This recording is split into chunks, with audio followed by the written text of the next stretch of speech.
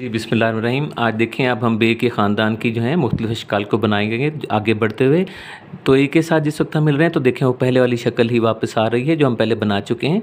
जिस तरह के हम रब्त में लिखेंगे इसे रब्त के बाद फिर आप देखिए जब आप इसको एन के साथ मिलाते हैं तो आप ये शक्ल इख्तियार करते हैं और ये है जब आप रुबा, आज 2 दिन की बात नहीं, रुबा सदी की बात है, 25 साल की बात है।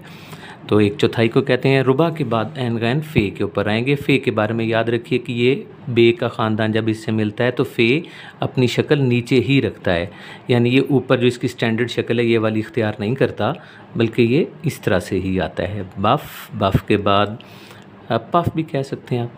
पफ़ के बाद काफ में आ जाएंगे,